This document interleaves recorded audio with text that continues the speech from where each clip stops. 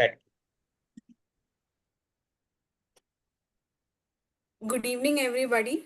Welcome to our practical insight session on renewal and re-registration of charitable institutions under Income Tax Act by CA Gautam Nayak, sir. Firstly, I would like to welcome our President of Chamber of Tax Consultant, Mr. Jayant Gokhale, to give some opening remarks. Then we can start with our session. Sir, Jayant, sir. Thank you. Thank you, Ketki, and good evening, Viraj, Chairman of the Direct Tax Committee. Of course, a very warm welcome to Gautam Nayak, very learned speaker from whom you will be benefiting a lot.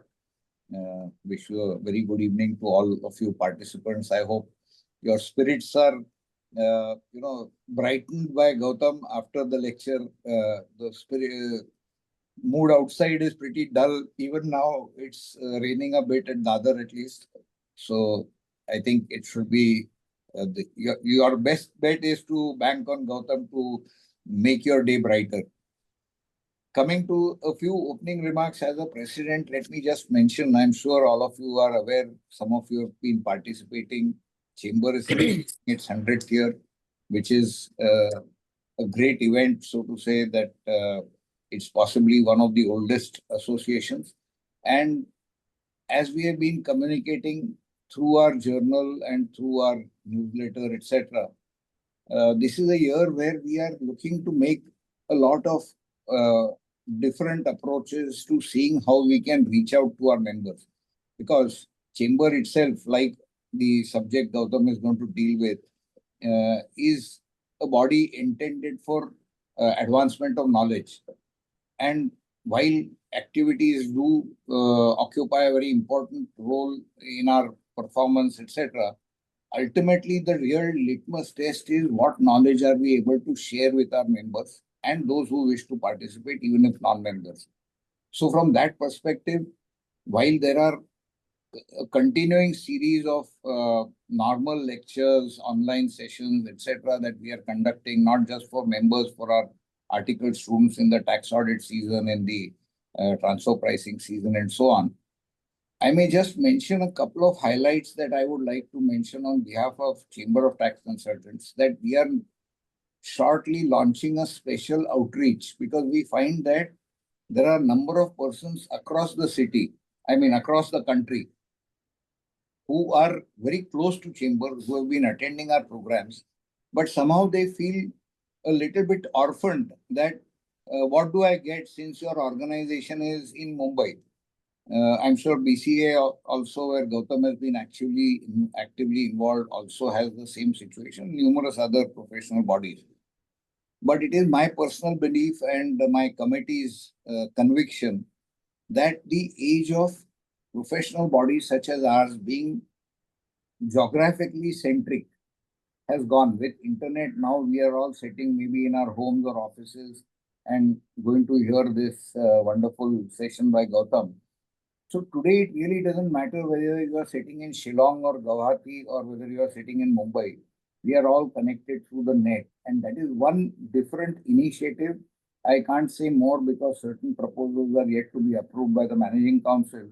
But I can tell you that we are working out some proposals whereby that will become a very good area of outreach. And when I say outreach, I don't look at it as to what I am getting from the members as a charitable body formed for the purpose of spreading knowledge. And our motto is Jnanam Param Balam, which is that knowledge is power, and the intention of sharing knowledge is always been the grassroots. So we are coming out with that. We are also coming out with certain programs which will be innovative in their concept. I believe nobody on a larger scale has tried some of those things as yet. We are working the details out. Again, that's a work in progress so far. The reason I'm mentioning it is that some of you who are not members, please become members only for the reason that these schemes will be offered only in the near future as a centenary year item, and may not be repeated next year because that is somebody else's sort of decision. I would be president in this year, and we have taken some initiatives to broaden the reach of the chamber. And I would welcome all of you. And I'm sure the quality of the session that you will attend now will, in case you have any doubts, which I hopefully you will not have, but I'm sure that after listening to Gautam Nayak, any iota of doubt that you may have as to whether it is beneficial will be sort of swept away. Because I'm sure that even one piece of knowledge, Anil and me, my partner and me, used to often say that after years in practice, 20 years in practice, sometimes you attend sessions for maybe 2 days and you take away one idea, but that one idea which is practical, one idea that is gives you a lot of leverage over other professionals because they are not up to date, is what makes the difference between a top-notch professional and a mediocre professional.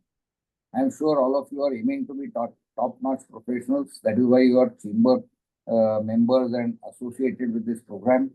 I wish you a very happy period of learning in the safe hands of Gautam Nayak. And thank you for bearing with me for the opening remarks. Thank you very much. Okay, thank you, sir. It was indeed pleasure to have you on this dais and to explain the CTC's future events. With this, I would like to formally introduce Gautam, sir, for today's session, our speaker for today's session. So Gautam sir is a CA who's in practice since 1986. He's a partner of CNK and Associates, formerly known as Contractor Nayak and Krishna Dora Chartered Accountants, Mumbai. His positions held by him are he was the president of BCAS in 2004 and 2005, editor and joint editor of the BCA Monthly Journal from 2005 to 2010. He's a member of the editorial board of BCA Journal from 2003 till date, member of the managing committee of IMC Indian Merchant Chambers of Commerce and Industry in 2002 to 3 and 2004. 24, sorry. He's a chairman of the non-profit organization committee of IMC of Commerce and Industry in 2023 and 24. He's a co-chairman of the Direct Taxation Committee of IMC Chamber of Commerce and Industry from July 2013 to June 2020 and from July 2024 till date.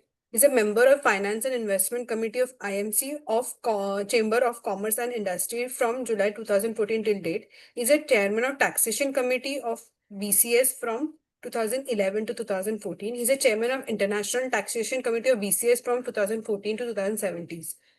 He also has various publications to his accord, which include co-author of 4 editions of Transactions in Shares and Securities, Taxation and Accounting, published by BCS, co-author of 4 editions of Taxation of Charitable Trust, published by BCS, revised ICI publication on taxation of charitable trust. He's a co-author of ICA Guidance Note on Audit of Charitable Trust, ICA Technical Guide on ICDS, an ICI Implementation Guide on Changes in Form 3CD and Form 3CEB 2024. He has contributed to various articles, which include monthly column on controversy for BCA Journal for the past 29 years. He writes a fortnightly column on personal taxation for the financial newspaper Mint for last 15 years. He has contributed articles to professional journals, BCA Journal, Income Tax Review, and AIFTT Journal. Has contributed articles on taxation to other newspapers and publications such as Economic Times, Outlook Money, Outlook, and Open.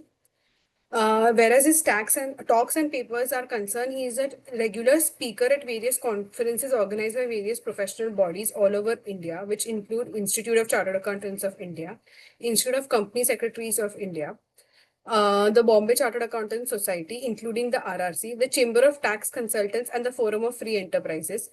Talks at program and trainings by corporates and others, such as in IMC Chamber of Commerce, Bombay Chamber of Commerce and Industry, CRISIL, National Academy of Direct Taxes, RBI Bankers Training College, National Insurance Academy on subjects of taxation and audit, has appeared on CNBC, CNN, and Bloomberg as a panelist on various panel discussions on taxation and audit.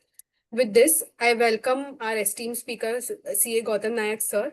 So, the floor is all open for you. Thank you, Kirti, and Jan, thank you for your kind words of introduction. But you expressed the hope that this, my talk will dispel some of the gloom which is there.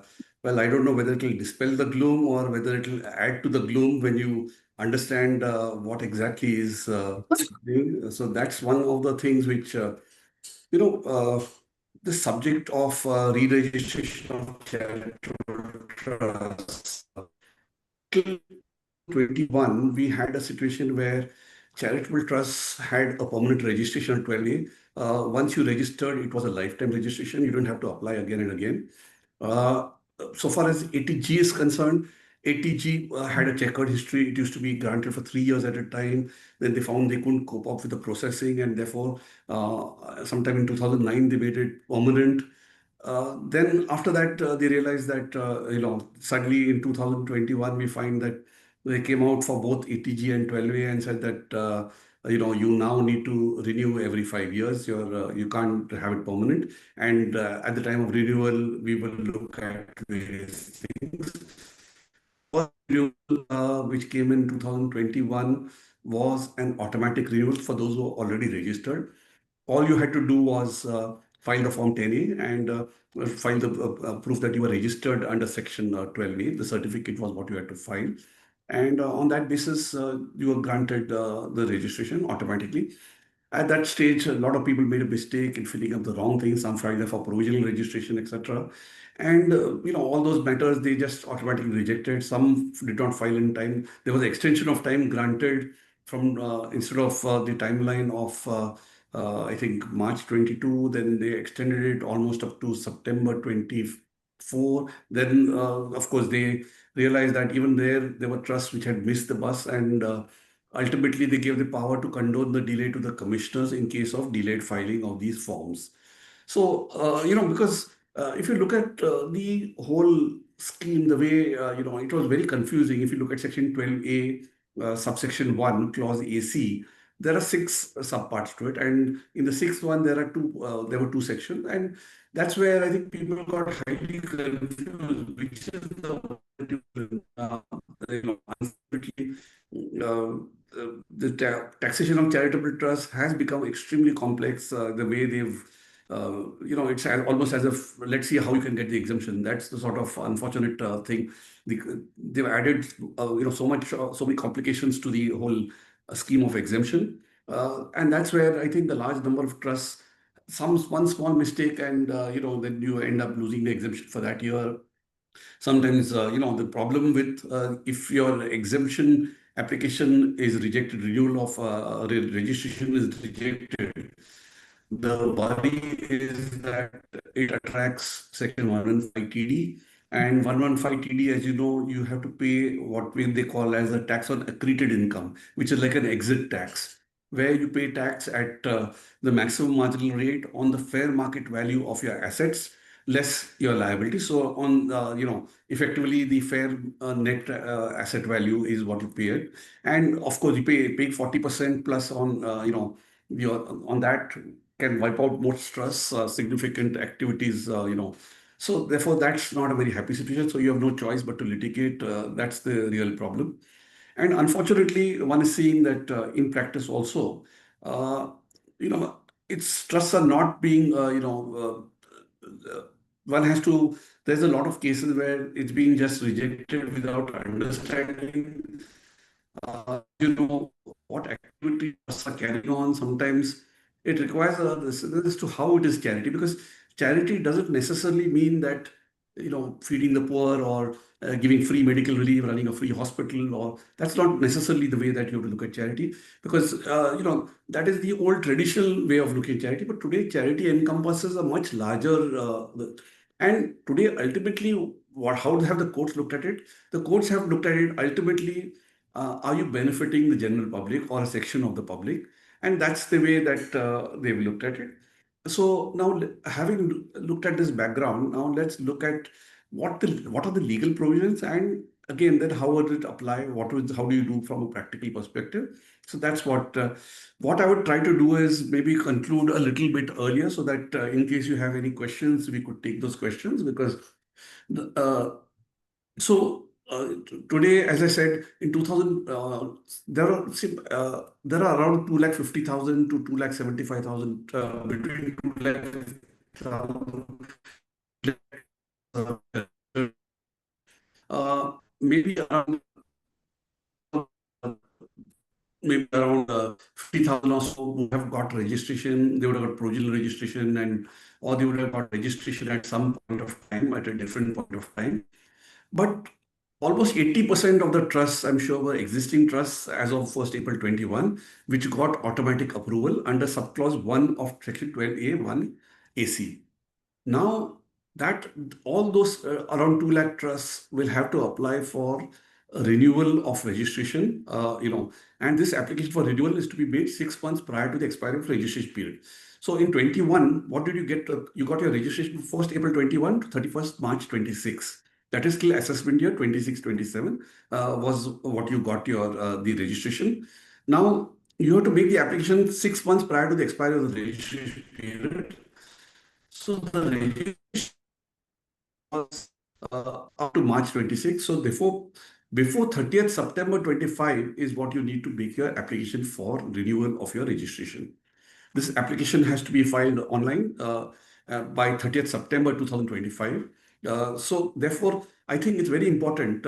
And when we come to it, we'll see that if not doing it in time could be very harsh on the trust. It's something which could have a significant impact. As you know, at that point of time, you also had registration under Section 10, approvals under Section 1023C, clauses 4, 5, 6, or 6A. So, which is medical institutions or educational institutions or trusts of public renown, etc. So, these were at that time they had also got the 5-year renewal at that in 21. Now, as you know, that there has been an amendment with effect from 1st October 24, whereby all these cases of 1023C 4, 5, 6, or 6A will now fall under Section 12A. They will have to apply for renewal under 12A and not under 1023C.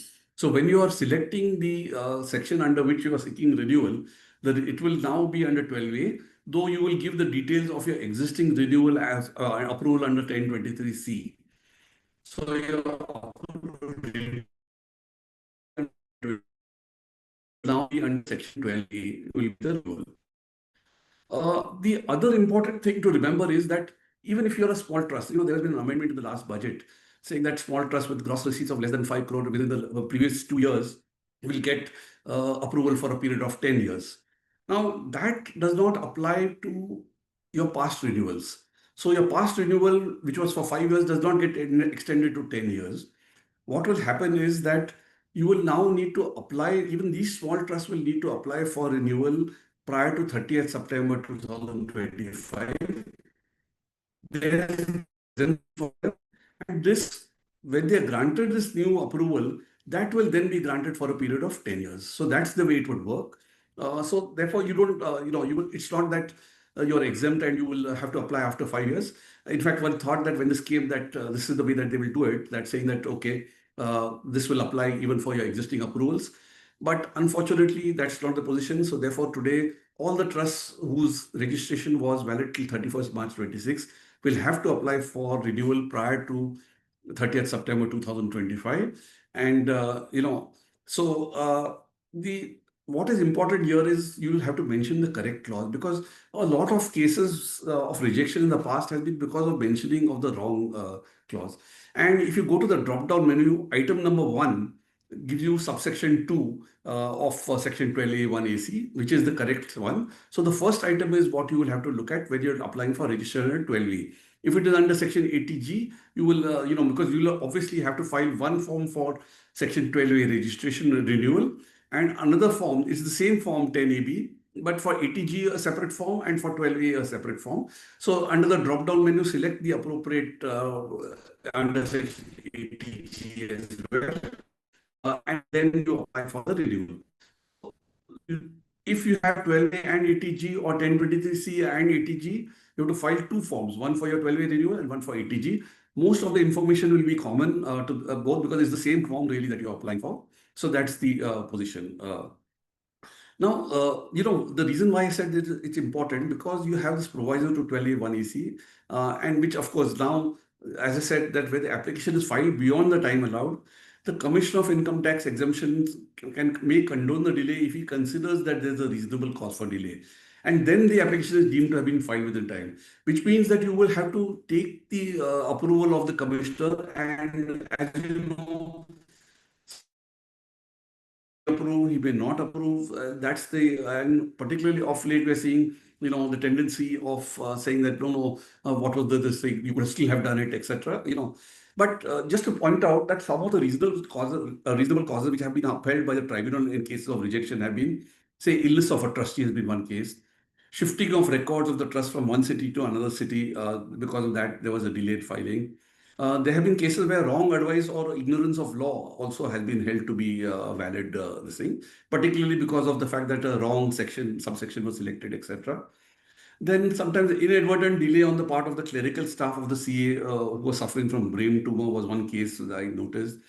Then sometimes there are cases of genuine constraints owing to rural location and lack of access to digital infrastructure. So where it was filed 1 or 2 days late, this has been also another case where the tribunal has held that this does constitute a reasonable cause. The question is, when should you file the application for? Suppose there is a delay. Sir, sorry, just to break you in between. Yeah. You could check your internet connection. There's a slight breakage which is coming while you're addressing the session. Oh, okay. 1 second. Like a lag and a glitch sort of a bit. It just came. So if you could just once check it. Yeah.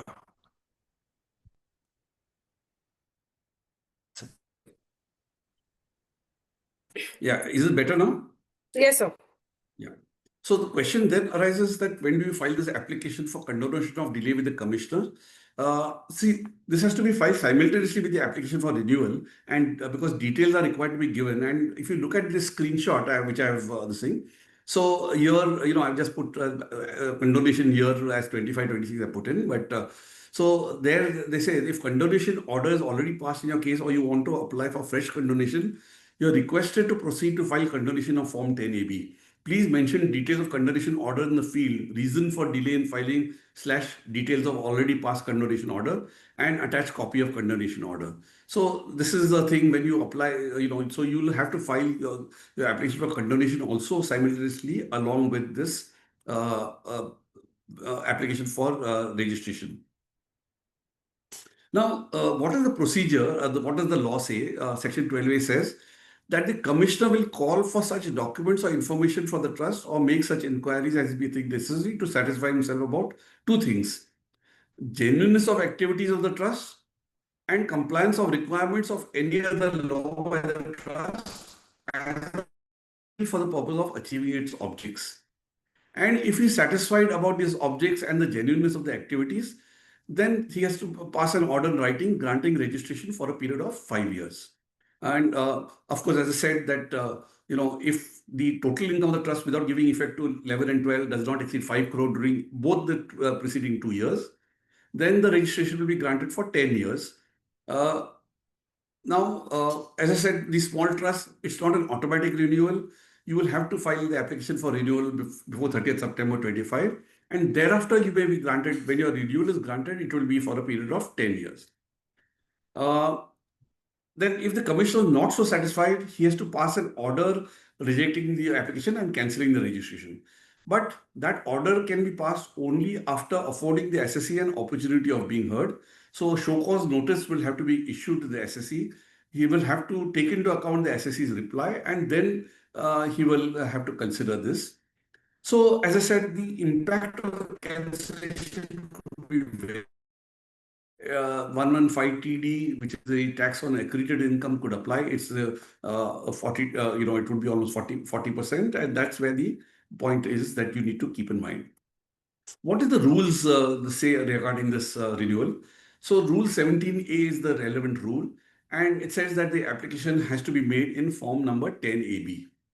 It is to be accompanied by a self-certified copy of instrument creating the applicant, a self-certified copy of the certificate of company registration, society registration, and charity commissioner registration. So today, if it's a society, you will have two certificates: the society registration certificate as well as the charity commissioner registration certificate. If it's a company, you will just have the company registration certificate. If it's a trust, again, there will only be a charity commissioner registration certificate. You will then also, if it's you have FCRA registration, the self-certified copy of the FCRA registration certificate, self-certified copy of the last Section 12AB registration certificate is also required. self-certified copy of annual accounts for the preceding 3 financial years, that is financial years 22-23, 23-24, and 24-25, because the 3 financial years preceding 30th September 25. A note on activities of the trust is to be enclosed. And in case business is carried on, accounts for the preceding 3 financial years and the tax audit reports for those 3 financial years are to be enclosed. Now, one thing which you need to keep in mind that these documents today are not prescribed by the rules to be enclosed. That is the audit reports in Form 10B or 10BB for these 3 financial years. You're not required to give the audit reports. You're just required to give the annual accounts. Form number 9A, where you have selected the option to spend in the and form number 10, where you accumulated income for those years. So that is also not required to be given at this juncture when you file it online, the application online. Similarly, your computation of income or the income tax returns or your intimation or assessment orders, that is also not required to be filed at this stage. But what you need to keep in mind is that they will 100%, they will be asking you for these details when they make the inquiry, etc. And therefore, it's advisable that you keep all these ready in soft copy so that we can be furnished when they are requested for during the hearing by the commissioner. So I ideally keep a self-certified copy, of these ready is what I would suggest. So when you make the application for registration or approval under 12A or 80G, so you have to select, when you say original, and you will select the assessment year. The assessment year that you will select will be assessment year 27-28, because this is from assessment year 27-28 that you are seeking the approvals. Your approval today is valid till 31st March 26. That is still assessment year 27. That is then you're asked is what are the nature of activities, and there's a drop-down menu. It asks you what are the charitable, religious, or religious cum charitable. So there the question is it the actual activities or objects as per the trust deed or memorandum of association? According to me, it would be here the actual activity that you're carrying on. Are you carrying on only charitable? Though you may have religious objects, you may not be carrying on religious objects. In which case, you should then just mention charitable in that sense. What is the nature of activities? But if you are, say, you're primarily religious trust, but you're carrying on a small quantum of charitable activity, which may be less than 5%, maybe, should you mention the religious charitable? Yes, I think that if you're carrying on a small quantum of charitable activity or small quantum of religious activities, you should mention it as religious cum charitable. And the question then is very often, people ask me that what is the meaning of the term religious? Because religious charitable is activities is defined, charitable purpose is defined under section 215, but religious purpose is not defined in anywhere at the Income Tax Act. And if you look at dictionary meaning, it says the word religion means the belief in and worship to a superhuman controlling power, specifically personal god or gods, a particular system of faith and worship. So what it implies is that typically it involves rituals, etc. That's the way that people look at religion. That yes, it's a particular type of God, and so this issue had come up before the Supreme Court in Dawoodi Bohra Jamaat, where the question was that if poor people are fed on a particular religious occasion, is it religious or is it charitable? And there the Supreme Court had taken a view that feeding of a poor on religious occasions is charity. So that was the view that they had taken. And very often, sometimes what is the difference again between spirituality and religion? I think, or philosophy and religion. So there are, philosophy is where you have multiple religions. So it's not one particular religion. And religious would be a particular, this thing, etc. For instance, you have this Hyderabad tribunal decision, which in Shiv Shakti Shirdi Sai Anugrah Mahapitham, where the object of the teachings in the Vedas, Upanishads, Quran, Bible, and other scriptures for spreading the message of truth, non-violent austerity, universal brotherhood, friendship. That is the charitable purpose, because if you look at it, it was across religions, and that was the way that they looked at it. But very often, people come and say that, the Vedas, suppose if we have Vedas, etc., and, the teaching of the Vedas, is it religion or is it charity? Can I say it's charity and this thing?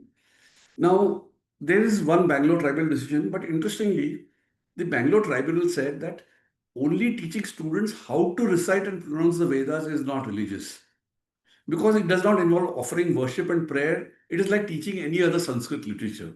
So that's the way that they said that how do you intone the Vedas, etc. So that was what it is, and they're not, teaching the Vedas as the this thing. They said that teaching them how to recite and pronounce the Vedas, and that was the peculiar facts of the case before the Bangalore tribunal. But I would say that this is a slightly gray area, and it's something which definitely the fact that it had to go to the tribunal, I think, is something which obviously one should take a cue from. Uh, Now, in case you make an application under where you're making an application under Section 80G, you only obviously because only charitable trusts or charitable religious come charitable trusts are eligible. As you know, a religious come charitable trust is eligible for 80G approval, provided it spends not more than 5% on religious activities. That's the thing, and therefore the option of only religious is not there when you're doing your 80G application.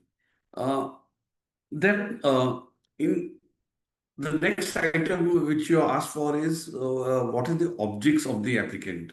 And there, when you look at objects of the applicant, what it means is what is it as per your trust deed or your memorandum of association? You may not be carrying on some of those objects, but still, say for instance, you may be carrying on only education and you may not be carrying on medical relief. But if your objects are there, then you need to mention there are drop-down categories. So religious as well as the seven limbs of charitable purpose which are there. So whether it's yoga, whether it's environment protection of environment or protection of archaeological things, etc., all that is there. So you have to tick off your. It's actually not a drop-down category. It's a tick. You have to tick off those various boxes which your objects as per your trust deed or your memorandum of association fall under. So that is because objects, as I said, is different from your activities, and therefore that's what you will have to tick off. One important thing is, of course, if your objects don't include a particular thing and your activities obviously cannot be beyond the object because that could be a very dangerous situation. It could result in a cancellation of your registration. So that's something which you need to keep in mind. Serial number 4 talks about what is the type of constitution. Are you a trust? Are you a society? Are you a company or others? Now, very often I find that people say, oh, I'm registered under Maharashtra Public Trust Act and therefore I put as trust. Now, that's not always the case because even societies which are registered under Societies Registration Act 1860 are also required to be registered under the Maharashtra Public Trust Act. So, but they are not trusts, they are societies. So, therefore, in that case, where you are also registered under Societies Registration Act as well as under the Maharashtra Public Trust Act, so you are really a society which is then registered under the Maharashtra Public Trust Act. So, therefore, the type of constitution you have to select is society in that situation. So, that is the position. In that, then you ask what is the date of incorporation, creation, or registration. Now, what you have to remember is that the date of creation may be different from the date of registration. Now, registration would matter so far as the company is concerned because a company comes into existence only on its registration. But a charitable trust, it is the date of trust deed on which the trust comes into existence because the assets are handed over to the trustees on that date for forming the trust. And subsequent registration with the charity commissioner is merely, in a sense, accepting the fact that yes, a trust is for charitable purpose. It is a trust for charitable purpose, and that's where So where you have a trust which is registered with charity commissioner, you still have to put the date of the trust deed and not the charity commissioner registration certificate date. Where it is a society registered with the register of societies and then also registered with the charity commissioner, what you will have to put is the society registration certificate date because that is the date on which the society comes into existence. Because society is also a body corporate, it comes into existence on the date that the register of society grants you the registration. So it will not be the charity commissioner registration certificate date, but it will be the society registration certificate date. And in case of a Section 8 or Section 25 company, obviously it will be the date of certificate of incorporation because that's the date on which, and not your license under Section 8 because the certificate of incorporation is when it comes into existence. License under Section 8 merely recognizes that yes, you are a non-profit organization.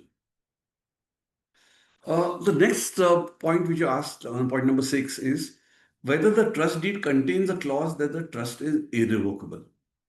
And what is the basis of this? One of the things actually is you have section 11, which says that subject to the provisions of section 60 to 63. And as you know, 60 to 63 are the clubbing provisions which apply in case of a revocable transfer. In case of a revocable transfer, the income is that is clubbed with that of the transferor. So that is the position, and that's why now the question is, one is, does it apply only to societies and companies or only to trusts? In a company and a society, once the assets vest in that entity, there's no question of revocation actually. And if you look at, so the way that the department looks at this is really revocable means, is there a clause saying that on dissolution, the assets will be given to some other entity having similar objects or which is registered, etc. So that's the way that they look at it. If you look at the Societies Registration Act 1860, Section 14 says, on dissolution, remaining property to be given to some other society, not to be paid to or amongst the members. Similar, Section 8, Subsection 9 of the Companies Act 2013 says, on winding up or dissolution, assets are to be transferred to another company registered under this section and having similar objects. So therefore, these automatically have, because by law, you cannot transfer it to any other entity except to this similar entity, which is permitted under the law, Societies Registration Act or under the Companies Act 2013. What is the origin of this requirement? And there is the CAG report 20 of 2013, which is on performance audit on exemptions to charitable trusts and institutions. And there they said that in absence of a dissolution clause, the corpus of a trust is susceptible to misuse at the time of dissolution. And they said that, maybe you could have give it to the substantial contributor trustees or etc. But what you have to remember is that really, even in the case of a trust, what it can do is only spend the amount on its objects. So even at the time of dissolution, you can only do it for your objects. You can't just give it to the trustee, etc. Therefore, that is, I think, a completely misplaced thing of the CAG. And unfortunately, the department has taken it very seriously. And, in fact, even in Tara Education Charitable Trust, where registration was denied on account of a lack of a dissolution clause, the Mumbai Tribunal said that this is beyond the scope of inquiry contemplated under Section 12A. The refusal to grant registration was on a totally irrelevant ground, without pointing out as to how the commissioner was not satisfied either about the object of the trust or the genuineness of its activities. So therefore, really, it is not the thing. And similarly, in Radisson India Charitable Foundation, it was held that the absence of a dissolution clause and non-mentioning of the fate of the net assets in the trust deed cannot be a ground to deny the registration under 12A. Now, this is the position in law. And also, I will come to this thing, that irrevocability clause in a trust deed does not make the trust revocable. Because if you look at it, uh, if there's a clause which indicates that it is revocable, it's only there. If the settler, when he's settling the amount on trust, does not retain any power to revoke the transfer of the assets, the trust is certainly irrevocable. And if you look at Section 78 of the Indian Trust Act, it says that a trust created by will may be revoked at the pleasure of the testator, where the trust has been declared by a non-testimonial instrument or by word of mouth in the exercise of power of revocation, expressly reserved to the author of the trust. So therefore, that power of revocation can only be if it is expressly reserved to the author of the trust. It's only there that it can be.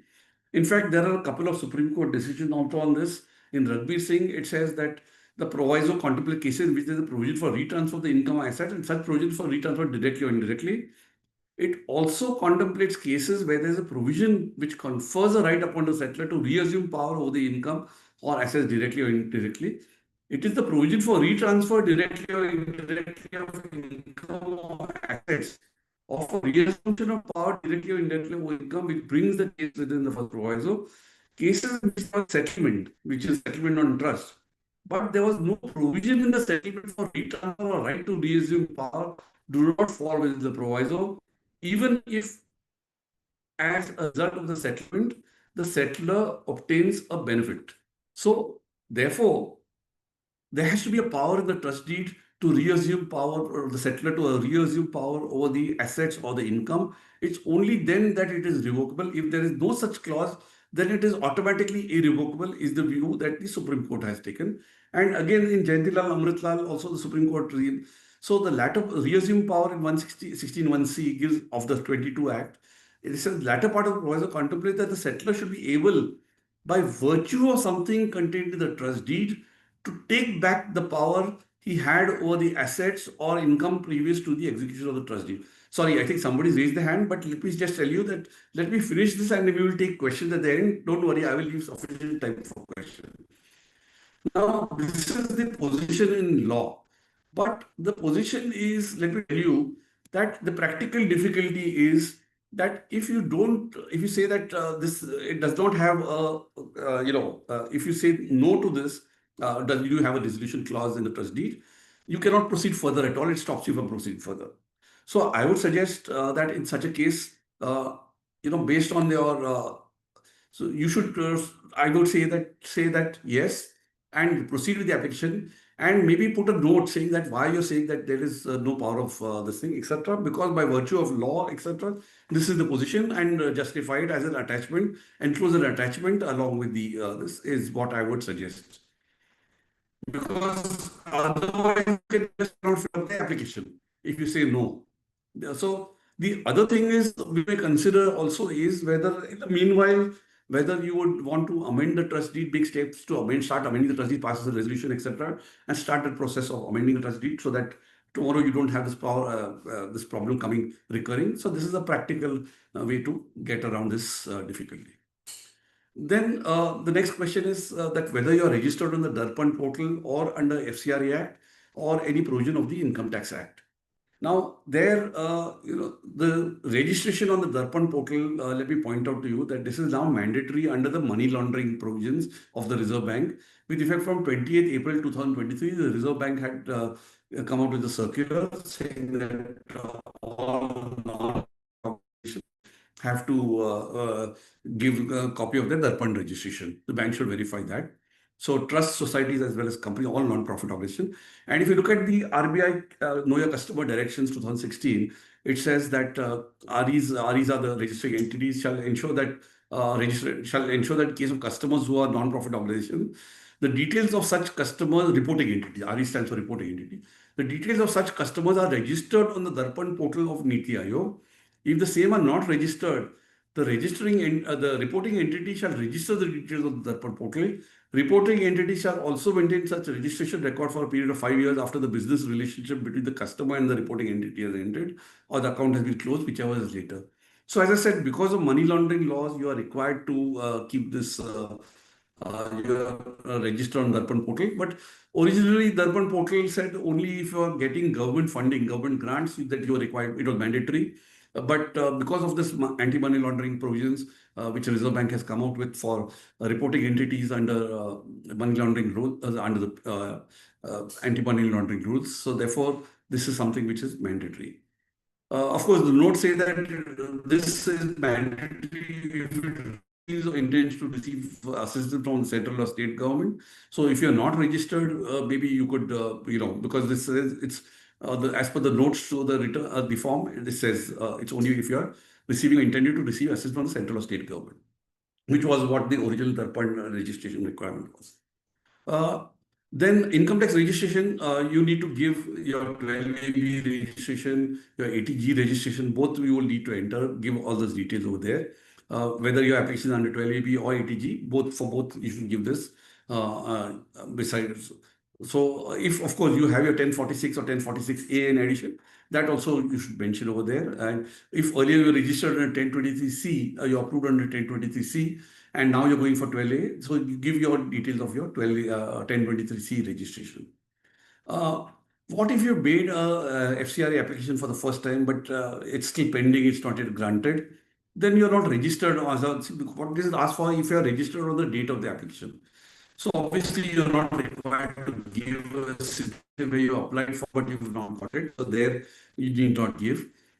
Similarly, if your renewal application is pending, because many people have filed, many trusts have filed the application for FCRA renewal 3 or 4 years back, and the renewal is still pending. Every 6 years, the Home Ministry has been renewing the extension for all pending applications. And so therefore, in that situation, you will give your old FCRA certificate number is what you will give. But what if your FCRA registration is cancelled earlier during the year? Now, there, if you have not applied again, because you're entitled, you filed a review application or you're entitled to this thing. On the date of the application, if you're not registered, you need not mention it, but I would suggest that in such cases, it's better to give a note, saying, and the note could be, as I said, additional notes to the application. One could have a one pager, which one will file online along with those documents, other documents which you're filing online. So that is something which I would suggest. Then when it comes to this, the next point is whether any application for registration made in the past has been registered. Now the question here arises, is it only income tax registration refusal or even other law refusals? And if you look at this falls under there is this whole thing, point number 7 and 8, both fall under other registrations. So it says whether it's registered on that, and which fall under the Darpan portal or FCRA Act or Provision of Income Tax Act.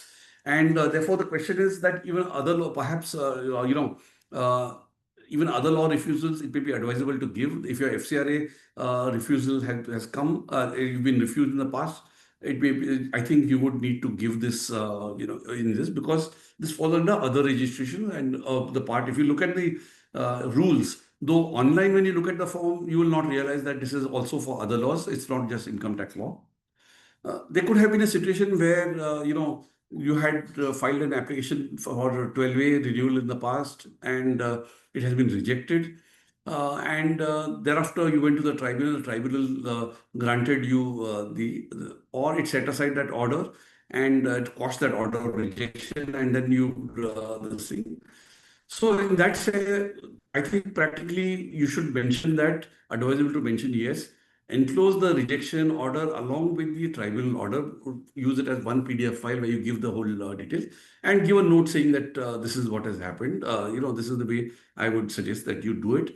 We've had one situation where this had come in the past and this was done and I think that there was no difficulty. That was the next point you're required to give is details of the author, founder, settler, trustees, members of the society, members of the governing council, directors, shareholders holding 5% or more of the shareholding, and officers on the date of the application.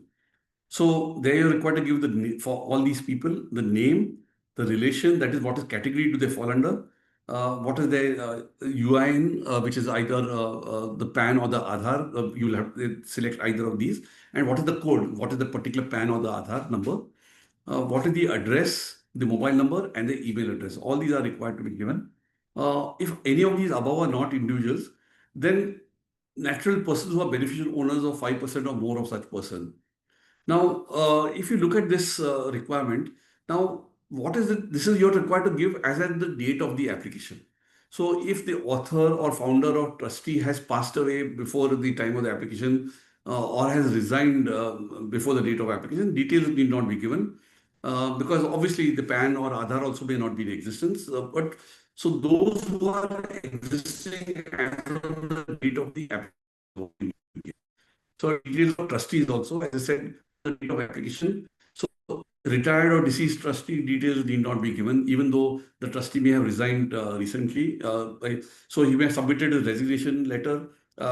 If the resignation has not been accepted by the trustee but is pending acceptance, then I think you should include it.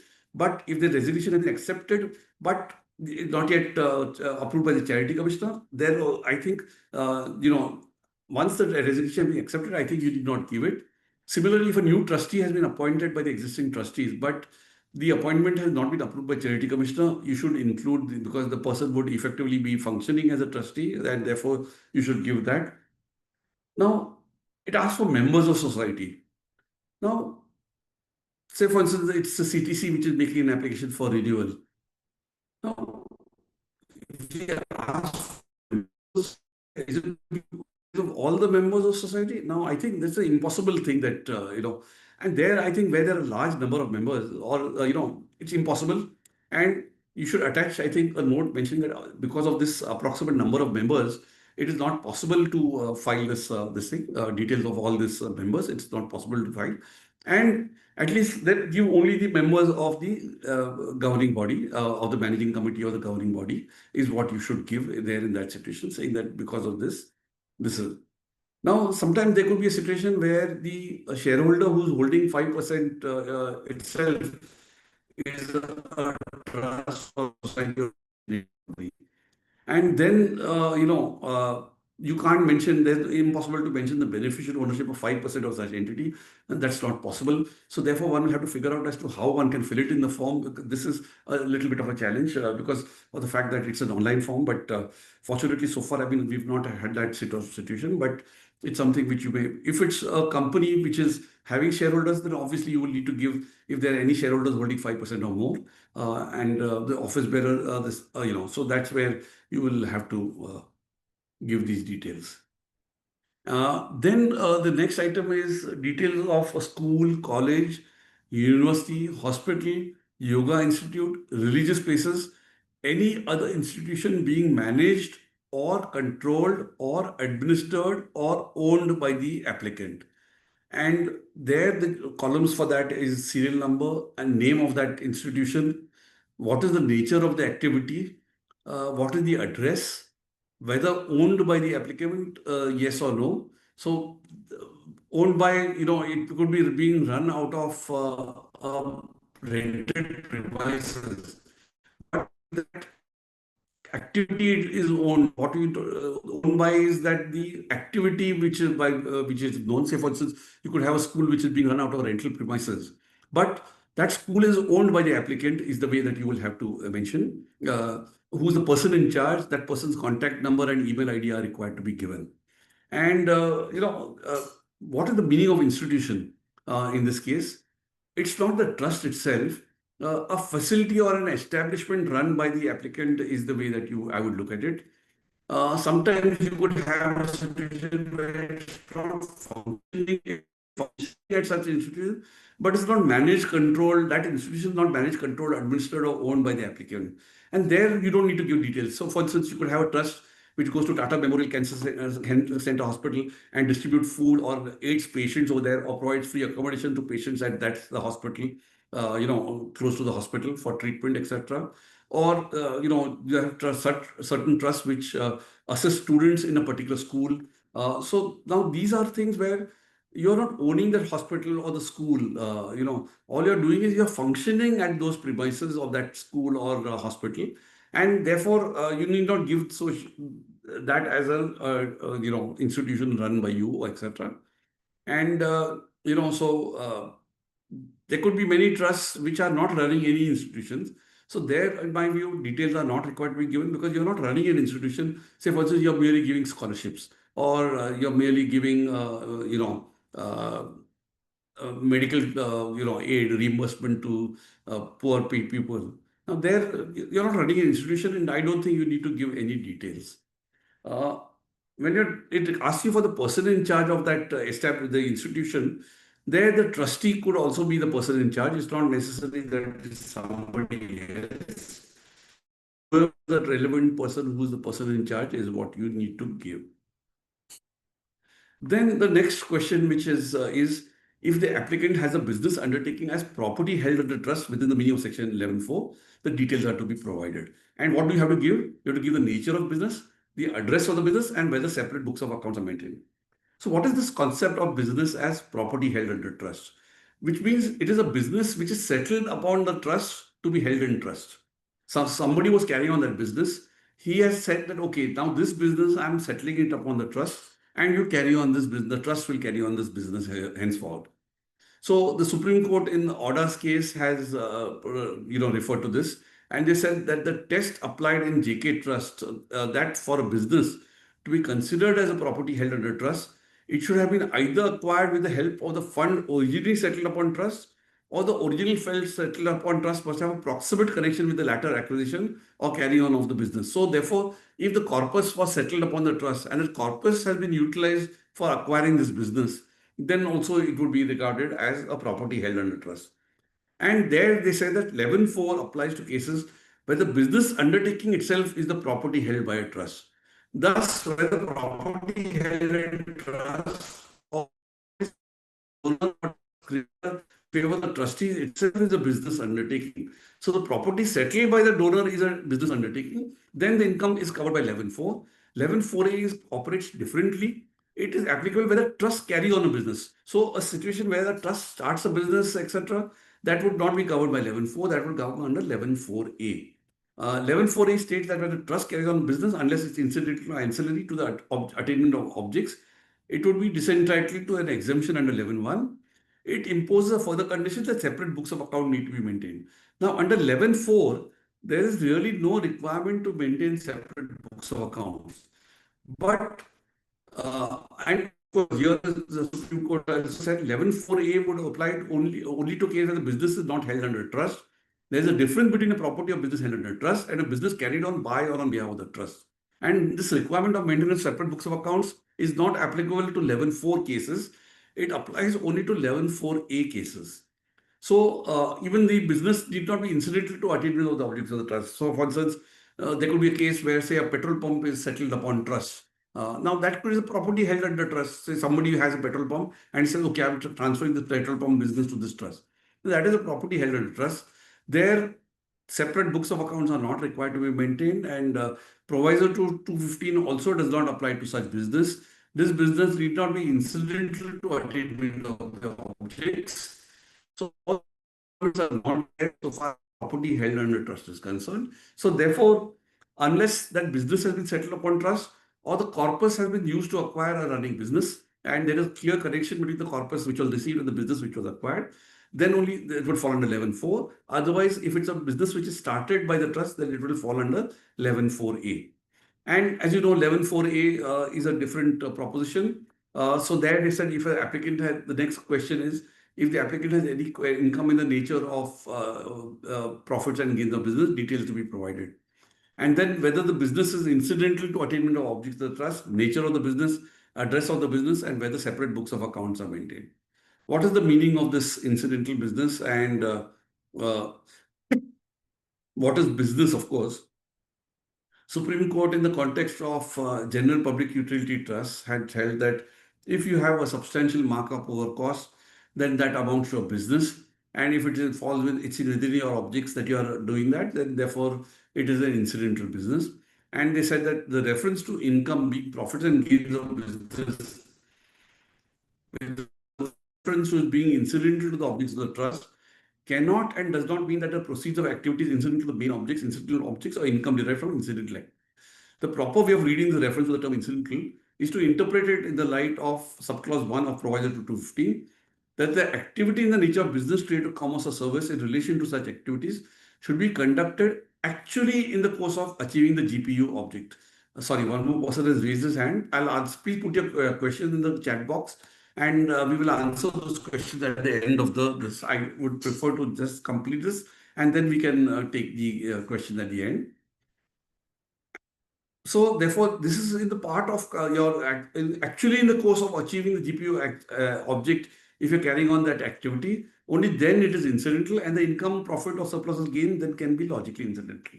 Now, this is contrary to the view which was taken in Tantri Trust, and frankly, I think though the Supreme Court in Order's case has tried to distinguish Tantri Trust, that is really not justified if one reads Tantri Trust carefully. I think they did say that, if you have a business which feeds the charitable purpose, that it also would be incidental business. But I think, that is something which one will have to follow order for the time being, is what I would believe. But if today one should take a contribute, one should mention that the trust is of the view that it does not carry on a business, any activity in the nature of trade, commerce, or business. And therefore, for the purpose of item 12, because of whatever reasons, you will have to give the rationale. Now, the question is whether this ratio is applicable even to non-general public utility trusts. Say, for instance, if you are under relief of poverty or education or medical relief, would this ratio apply? According to me, no, that ratio should not apply. This applies only to GPU trusts, is the way I would look at it. So it is in that context of GPU trusts that they've given 11.4a, that they've looked at it. And therefore, one can maybe put this as a sort of a note saying that, this is the view that we've taken and what we followed. So that tomorrow, see, what you have to remember is for an incorrect statement in the form, your registration can be cancelled. So therefore, you have to give appropriate disclosures is also an important thing that you will need to give along with this application as to what is the basis that you've taken for certain things where you've not disclosed or you've taken a different view. So that's keep in mind. And as I said, this Supreme Court has taken a view that if it is on cost basis or nominally above cost, it cannot be considered to be trade, commerce, or business or any service in relation thereto. It is only when the charges are markedly or significantly above cost incurred that they would fall within cess or fee or any other consideration towards trade, commerce, or business. That's the way that the Supreme Court has looked at. And the question is, it's a very open question. What is substantial markup and what is significantly above cost? It's a very subjective thing. What is nominally above cost? Again, very subjective. Would you say 5% is nominally above cost? What about 10%? Is it substantially or nominally? What is the position? So that is something which unfortunately the Supreme Court has left that part of it fairly vague. Then you are required in point number 13, details of all accounts held by the trust at the time of application in a bank or a cooperative bank. You're required to give the IFSC code, the name of the bank, and the account number. And so therefore, all bank accounts, current, savings, overdraft, all that will need to be disclosed. But only accounts which are in existence at the time of the application should be given. What about fixed deposit accounts? Separate disclosure in item 23 for investments which are made in a mode specified in level 5. So to my mind, I think maybe one need not give it because those are really investments and those are not bank accounts. What if it's a loan account? Perhaps, yes, you should give. As I said, overdraft or loan, you should give. FCRA accounts also are required to be disclosed. So both the account with State Bank of India New Delhi branch, as well as if you have a FCRA disbursement accounts, those are also required to be disclosed. So all your bank accounts will need to be disclosed. There is a limitation of 50 bank accounts in an online form. So I was the other day at speaking at a seminar at Ahmedabad, and somebody said that we've got 500 bank accounts and how do we fill it in? Well, I think, and they said we've asked with CPC and CPC has got no answer to this. And even the exemption, CIT appeal exemption has got no answer to this. So I think the only way to do it is again put it in a separate schedule and say that and give all those remaining accounts. So fill up 50 bank accounts in this and the remaining, the last line you say as per annexure of further accounts as per annexure and give that as a separate annexure which is uploaded along with the application. That's the only way in which I think you could possibly do it. The next point is what details of all land or buildings or both held by the applicant. And there you're required to give address of the land or buildings, size of the land or buildings in square meters. What was the purchase consideration paid or payable? Stamp duty value at the time of acquisition, mode of acquisition acquired or gifted, and date of acquisition. So this is, you're required to give. Now, you're required to give it as on the date of, what is the position as of the date of application. So if you've sold some property, say in the month of June, and that sale is complete, then I think you need not give that details at all, because as on the date of application is what you have to give. So if you've recognized the sale before the date of application, you need not give it. In respect of very old properties, the exact date of acquisition or the details of consideration paid and stamp value at the time of acquisition may not be available.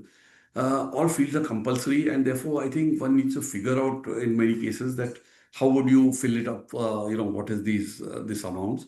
Normally consideration paid would be available, but it's what about properties received by way of gift? Should consideration be stated as nil? I think yes, that's the thing.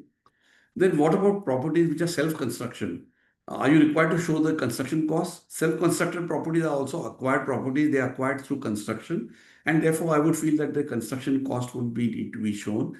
The stamp duty valuation in such cases, you could show the same as the construction cost is what, so far as the construction is concerned. The question then is also whether the purchase consideration paid should include the stamp duty, registration fees, brokerage, legal fees paid at the time of acquisition. Now it says purchase consideration and not cost of acquisition. So therefore, to my mind, only whatever the consideration as per the agreement, that is what needs to be shown, not all these other incidental expenses.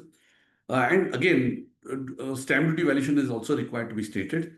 So therefore, obviously, they want to find out whether you acquired it for lower than the stamp duty valuation, because in any case, your provisions of section uh, 56 to 10 would not apply to a charitable trust. But the question then is, what about properties acquired when there was no stamp duty concept of stamp duty valuation?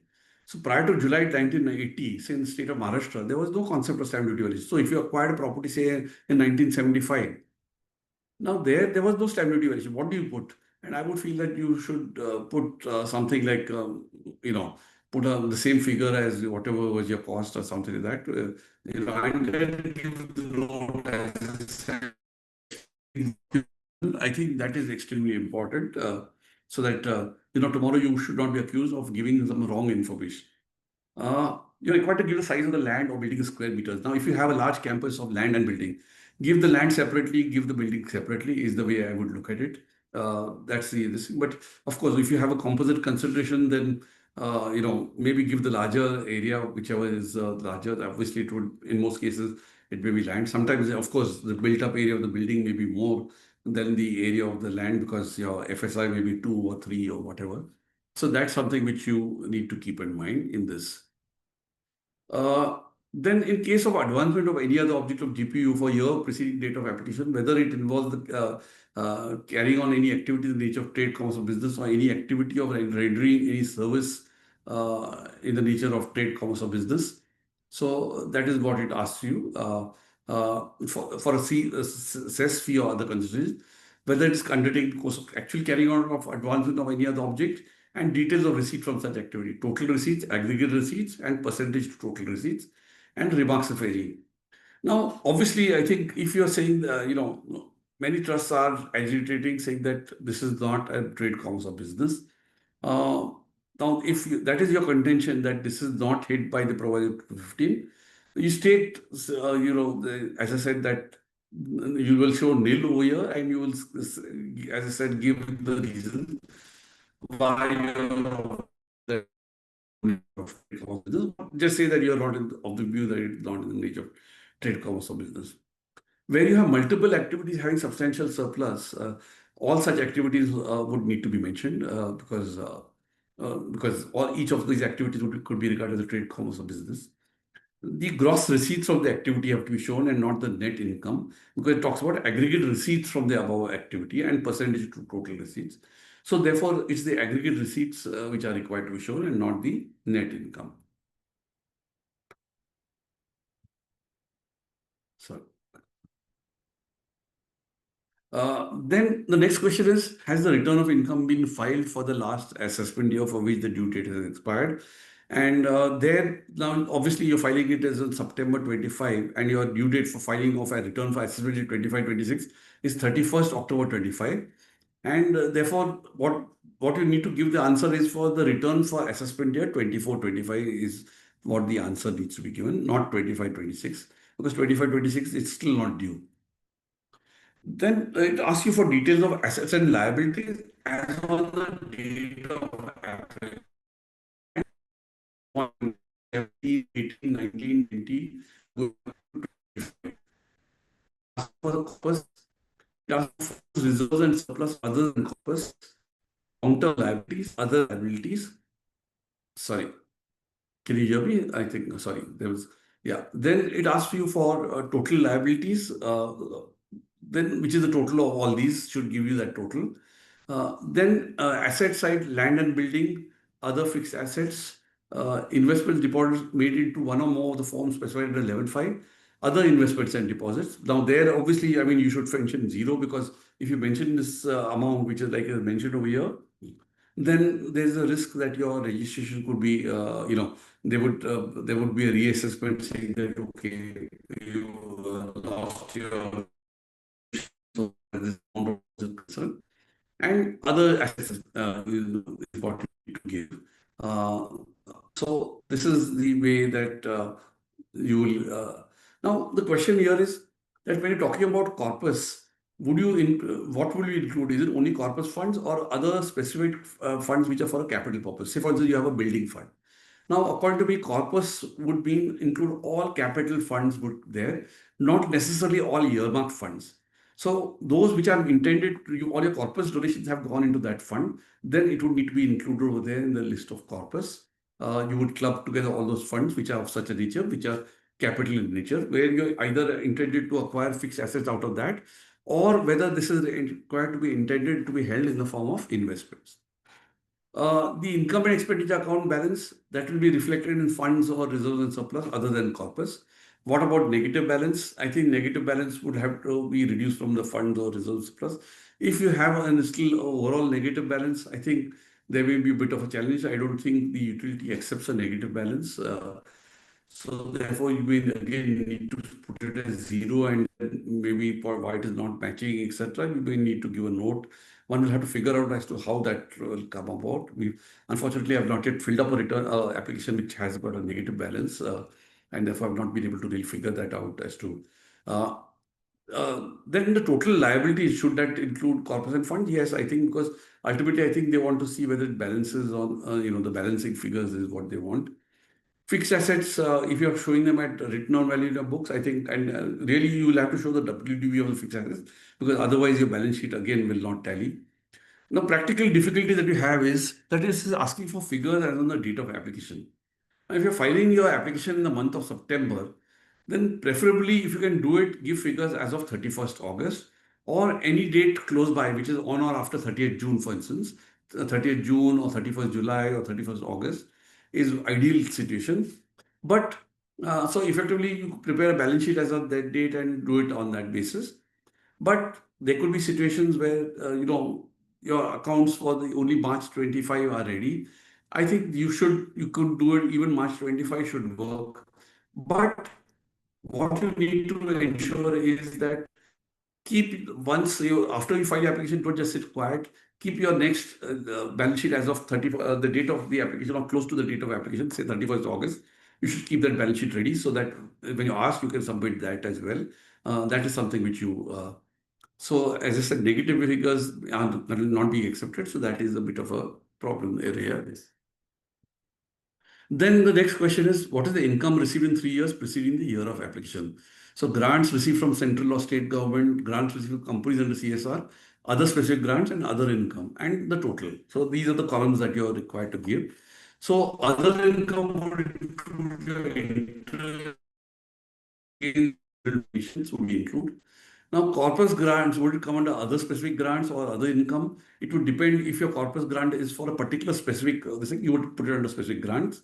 Or if it is for a general corpus, then I would say that you show it under other income is the way I would say. That's the. Then this point number 27 is whether the trust has incurred any expenditure of religious nature. This is relevant for those who are applying for ATG, because for the 3 years preceding the year of application, you have to give the previous year what is the total income, expenditure of religious nature, and the percentage total income. And this is in the context of ATG, as I said, that not more than 5% of the income is to be spent on religious purposes. It's in that context that this question is being asked, to verify whether you have met that purpose, limit or not. And whether you will also give it for 12 AB registration, I think yes, the form does require you to give that. So as I said, that the form 10AB is identical for both 12AB and ATG. That's the thing.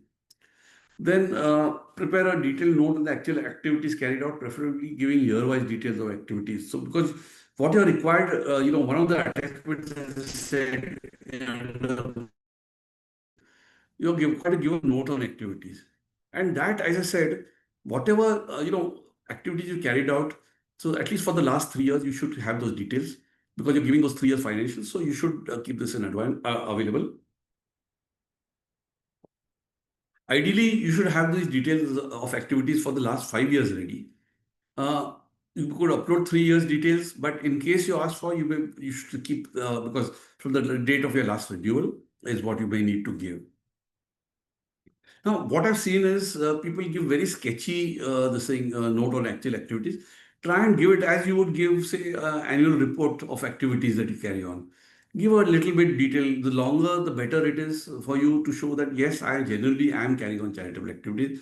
So you give the location where the activities are carried on, who are the target beneficiaries, how they selected, what are the nature and quantum of activity carried out, what were the trust resources involved, If there are, say, 80 projects, give details of all the 80 projects, is what I would suggest, so that it shows that this is the amount of charity that I'm carrying on, and what is the nature of that activity. If the case of recurring activities, give the quantitative details of benefits provided. Say, for instance, you're giving medical reimbursement to poor patients.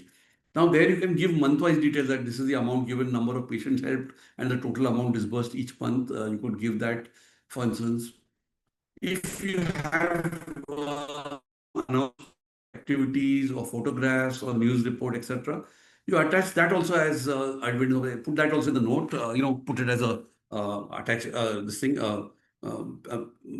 Paste it into that note, so that that note is quite comprehensive. It gives the full details, is what I would suggest. So the more you give in detail, the better chance of you getting the registration. So that is, I think, one of the crucial things. People think that giving less would be, I would get away with it, and But I think if you are a genuine charity, please give in detail. It would is worth the effort that you put in to prepare this note on activities. After you've given this, filed your application online, you're bound to receive further queries, is the way I look at it. And therefore, you should ensure that your email address and mobile number are updated both on the as on the portal as well, because you might suddenly find that you've missed something. Very often, we see trusts coming saying that, we missed this, we didn't get any SMS, etc., and we didn't realize that a notice had was come to the email, and the email had not accessed. So ensure that the email is regularly accessed by the trustees or office bearers to check for the notices received. Obviously, I would not advise giving the email address of the chartered accountant, because tomorrow, if you miss it, then it's your responsibility to have told the client that yes, to have been on top of it. So ideally, give the trust this thing and tell them that you've got to check for the notices which are received. You've got to reply within the specified time to the notices. If you need time, at least give whatever details are readily available and seek adjournment through a letter for the balance. I mean, that letter when you're filing, seek adjournment for the balance and giving the reasons why you require more time. What is the thing?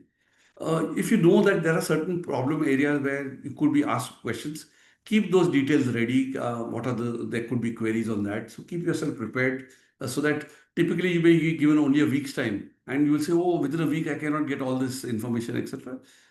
So try and keep as much details as possible which are readily available. So for instance, the vouchers, etc., the major ones, for instance, keep the soft copy, this thing, if you're given large donations, etc., keep those, the MOU or whatever is available.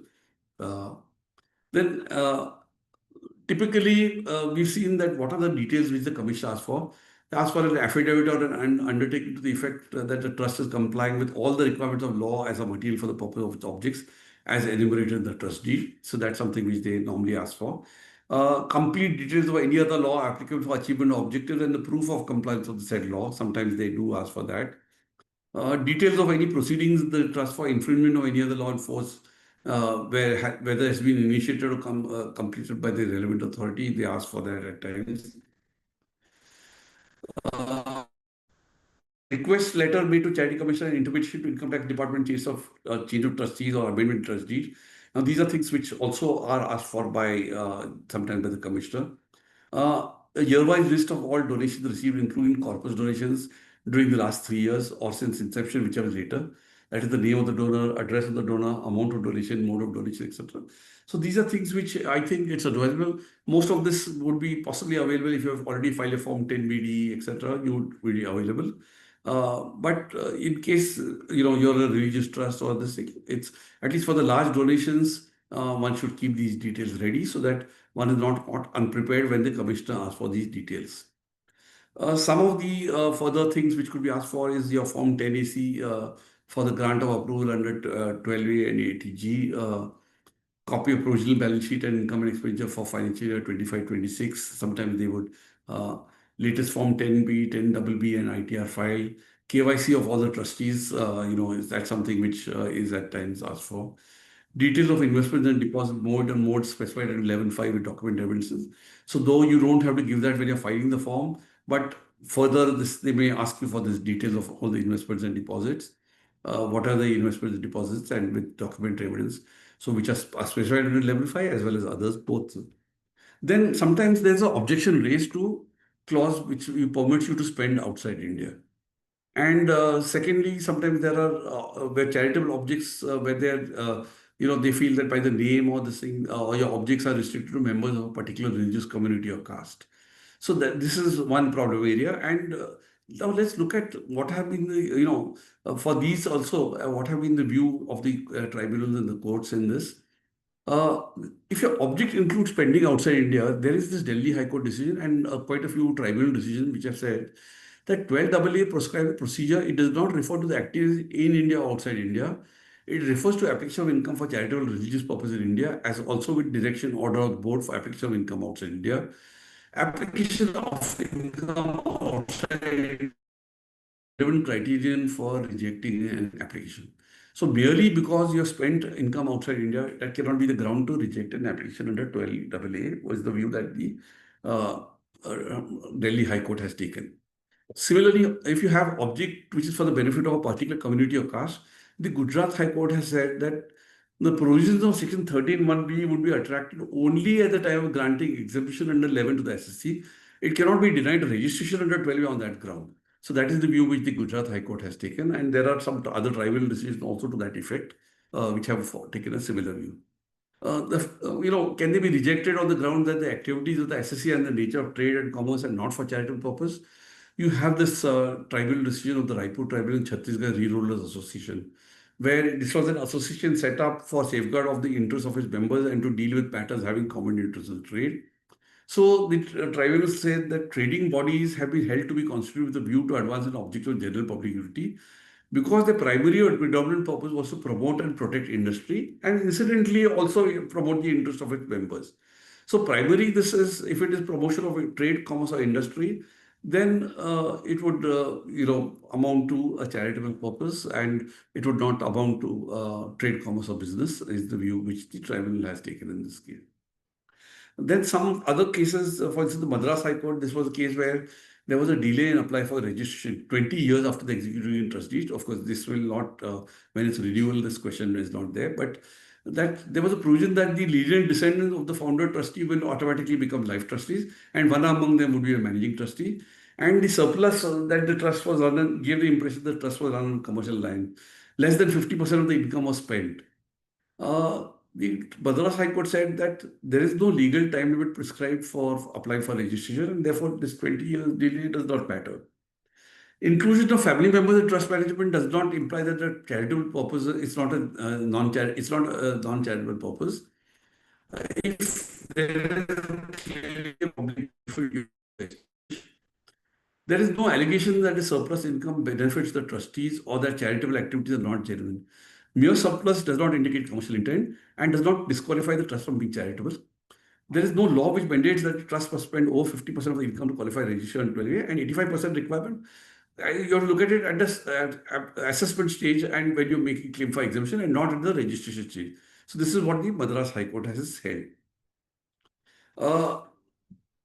Because self-certified copy of bylaws as required under Rule 17A was not filed, and all beneficiaries of the trustee belonged to a particular religious community, the Cochin Tribunal said that since the trustees are not required to be registered with the register with them over there in that state, the requirement of registration of bylaws were not necessary for registration under 12A, and it had not selected a particular community for granting benefits. It was also not a case that the SSC had restrained other communities from availing the benefits, and therefore on that footing they said that this registration cannot be denied in this case. Now, so very often the commissioner, says that the activities of the trust have not commenced, a substantial portion is invested in FDs, only small amount has been spent on medical relief. So no major activities have been carried on, only small activities carried on. Now, there, I think the tribunal said that since it was a first year of operation, it was not able to spend on large activity, and hence it invested fixed deposits. It was the genuineness of activity which has to be seen, not substantial amount of expenditure. So again, just because the activity is small and carried on in a limited manner, that does not mean it is not genuine. So genuineness is different from substantial activities, and that is something which the tribunals have said. Then non-communication of an amendment in the trustee, where certain amendment was made in the trustee in the past, and it was minor amendment. No major object was changed, nothing, no major change in objects. The Chennai Tribunal said that the access of the original trustee was identified and covered the range of charitable activities. only minor changes were made in the amended deed without affecting the substance and spirit of the original deed. In that case, the tribunal held that no, this non-communication of the amendment to the would not really matter in such a situation. What if you've applied, say, in the month of August? You're extra cautious and you say, okay, I'll mind to apply. Can you say, no, you applied too early and therefore reject your application? So there they said that application for registration has to be, Kolkata Tribal considers such a situation. They said it has to be made at the earliest possible event. That is either within 6 months of commencement activity, 6 months prior to expiring. This was the case of provisional to become final. Does not mean that there is any bar to move an application before the period of 6 months from expiry of provisional registration. So similarly, you're before 6 months of expiry, so you don't have to wait till the last minute. But practically, let me tell you that I would suggest that file it in September. Don't file it in the month of August, because in September, then you're in, you're one among many. If you file it in August, you will be probably one of the pioneers, and therefore subject to a greater scrutiny is the practical, and you will be asked for much more details, etc. So that's where I think. Then failure to furnish complete and satisfactory details of donors and their confirmations. Now, there the Delhi Tribunal said that genuineness of donations has to be seen at the time of assessment, not at the time of registration of the trust. And 115 BBC is not mentioned as one of the grounds for rejection of the application. And therefore, you cannot be denied on this ground. That was what the Delhi Tribunal has taken a view. So that I think completes the points which I had on the forms and the way you look at the application for registration. Now I think we can deal with the questions, and I think there are quite a few questions in the chat box. Maybe I think if Ketki, maybe if you can read out both the question answers, and in the chat box there are questions. So maybe we could take those.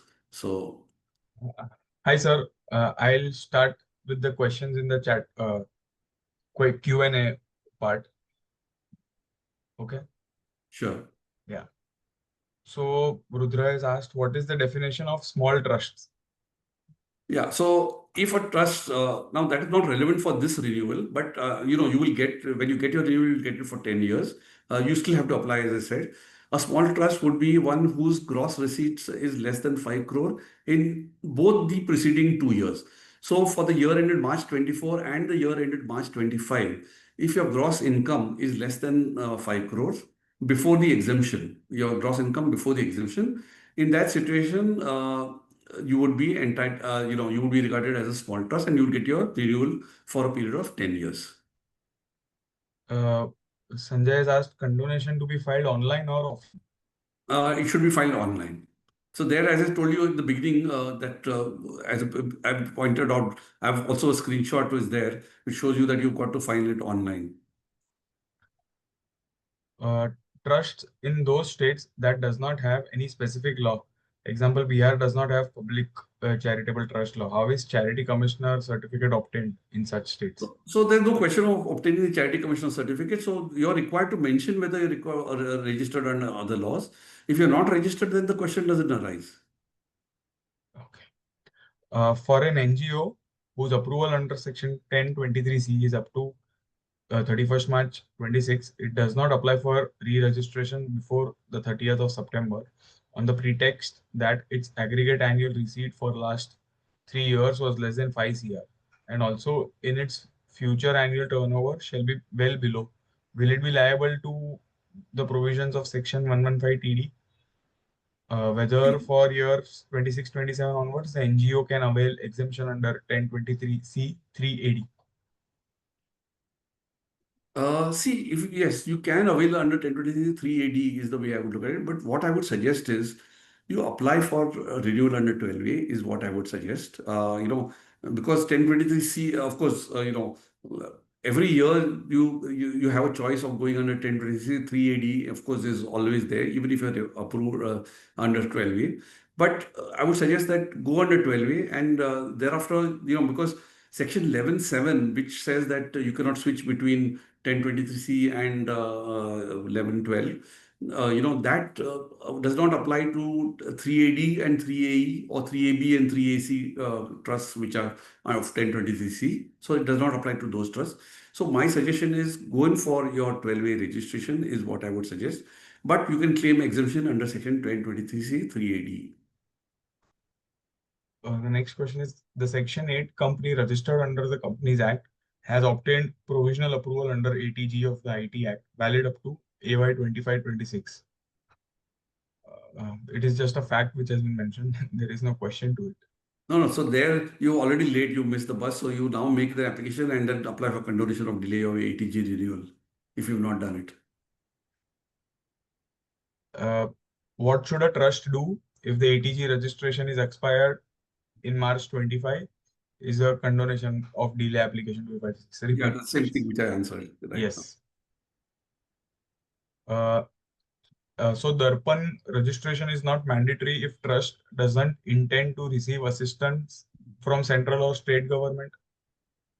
Yeah, if you intend to receive grant from the central government or state government, you should be registered on Darpan, because without that, you will not get the grant also.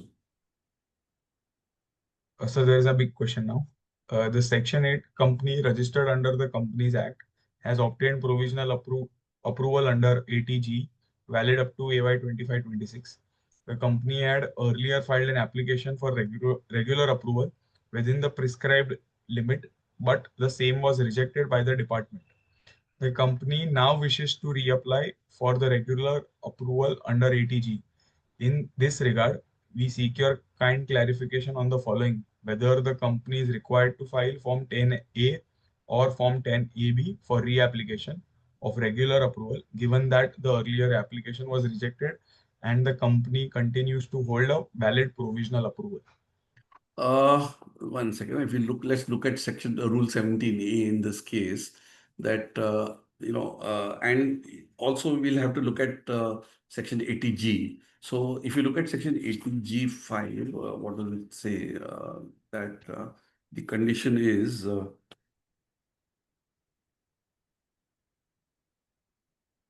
so it had been approved so and so. Medium to what's the state?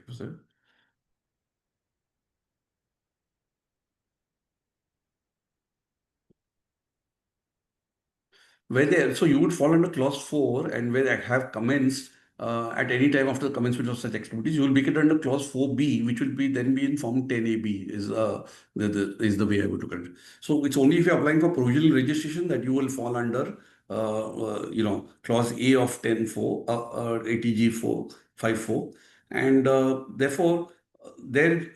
So in your case, I think it will be form 10AB which you'll have to apply for, because you started your activities. Point 10, where a trust owns a community kitchen and gives it to other registered trusts at free of cost or rentals for making food, whether details are required to be given at point 10.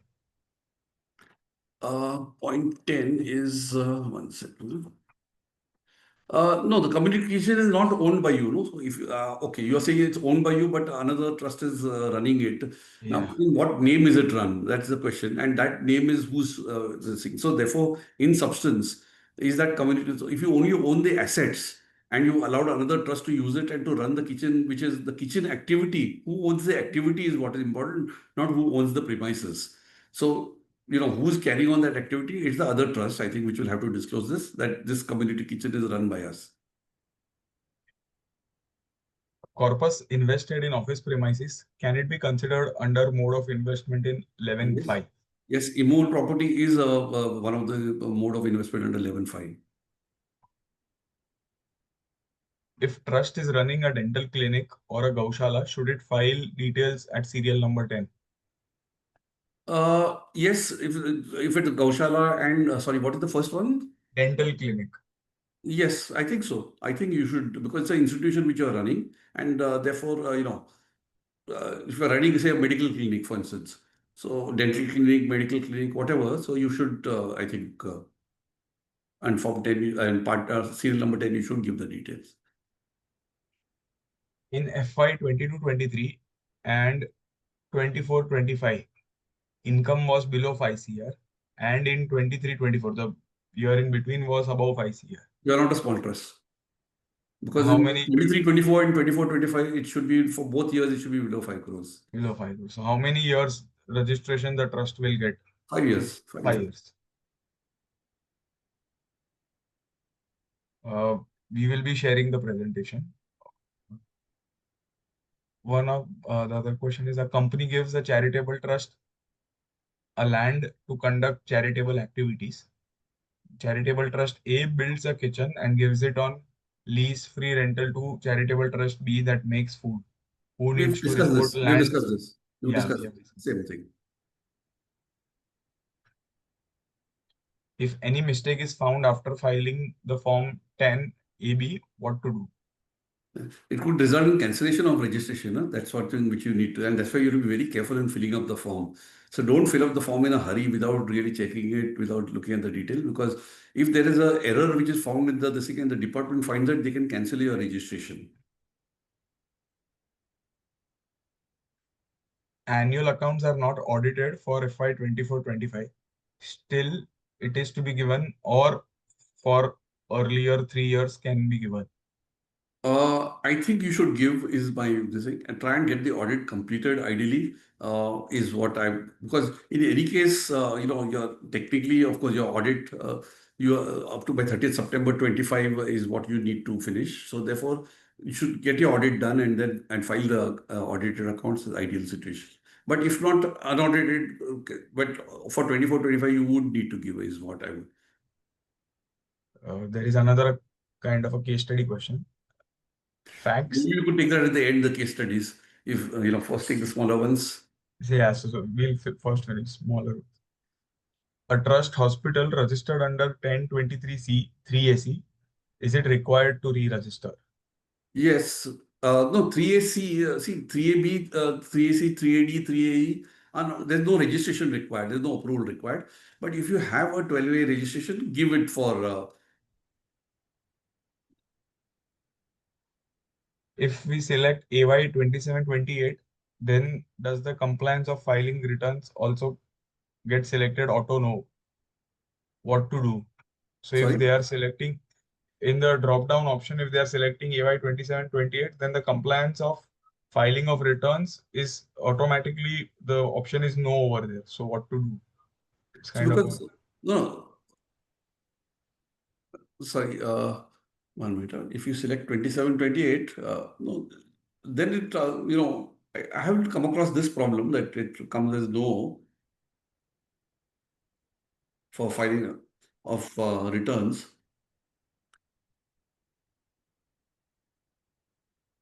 Maybe it is automatically picking up from the fact that the returns have been filed, but I don't think it's. I'm sorry, I have to check this point.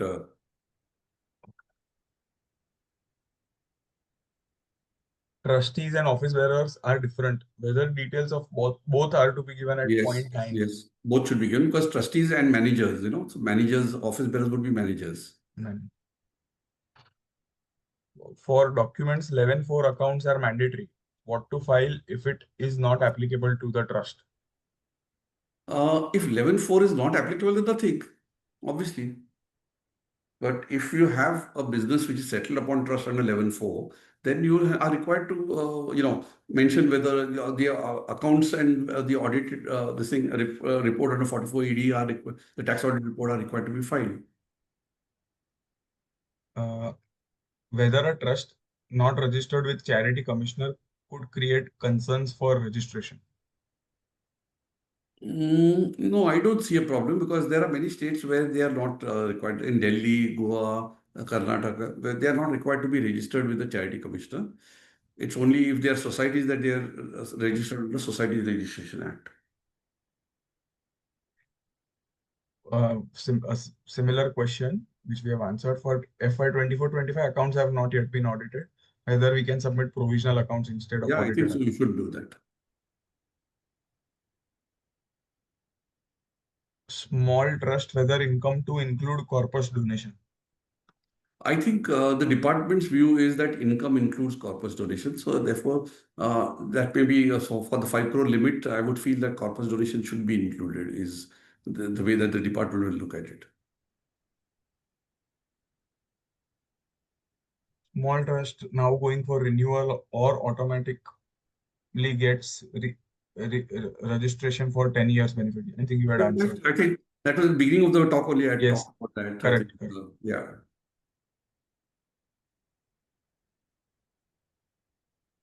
For previous 3 years of accounts, if we select AY 27-28, which 3 years details to be given? Uh, I think there you'll have to give for actually 24, 25, 23, 24, and 22, 23 because 25, 25, 26, this is not yet due. Correct.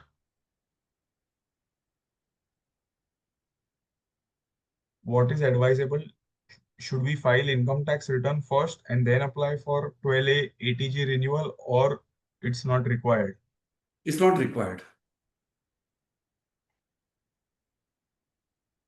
Registration under section 12A, which was granted till FY 26, was later cancelled by CITE. Cancellation order was challenged pending before a tribunal. Should the application be filed now for renewal? If yes, I think so. You should apply for renewal because and that cancel if your order is for cancel, you will have to mention. So I think you should apply for. You should apply. How to ascertain the value of land and building if the property is 100 years old? Very old. No, see, you're required to give the value when it was acquired. You're not required to give the value at today's market value. Correct. If the trust is having different schools like petroleum school, technological school, under the control of trust, whether details of such different schools is required to be Yes, yes. mentioned There in could be clause. societies which are running 30 or 40 such schools and colleges. And I know for a fact that this has some 100 such institutions. You have to give all those, you have to list out all those. The trust registration was cancelled for a year in 2009, whether to mention in point 8A. Uh, I think so. Yes, you should mention, and you should because otherwise it will amount to false statement. Because any time in the past is what we'll have to give.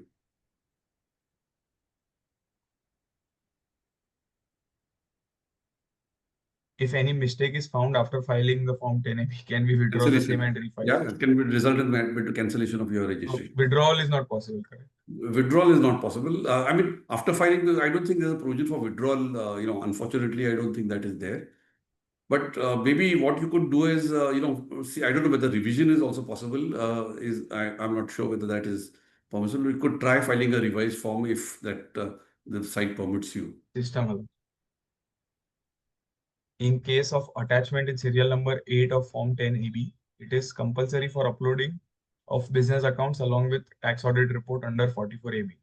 But trust is not to undertake any business activity, then what attachment to be submitted? Nothing. If you don't have any business activity, the question of accounts of Tax that. audit.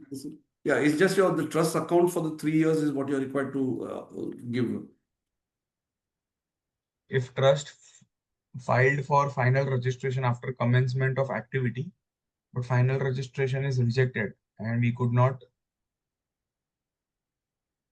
file appeal, what to do? File a belated appeal at least and ask the same point. Condonation of delay is what I would Condonation of say. delay. There is a clause regarding irrevocable. So if my trust deed does not contain any irrevocable clause, what shall we do?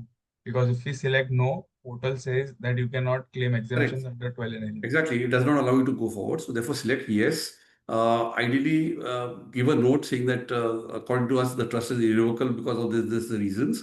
And preferably try and, if you don't have a clause as to what happens on dissolution of the trust, try and get the trust, start the process of getting the trust deed amended. So that at least when your matter comes up for this thing, you can show that yes, we've taken steps to do this. Form 10AB under section 80G, 5B4B can only be done if the trust has not taken benefit of 80G. In this case, since the trust has had already taken provisional, it can't apply Form 10AB in the earlier case. The question drafting is, I could not understand. Please redraft the question and post it here. Can we reduce the deficit negative amount from corpus since utility does not accept the negative figure? Perhaps you could do that and say that this is the reason why, give a note is what I would suggest. You could do that. So whatever you do, because ultimately you have to be able to file the form and it has to accept it. So therefore you may want to give the note and do it.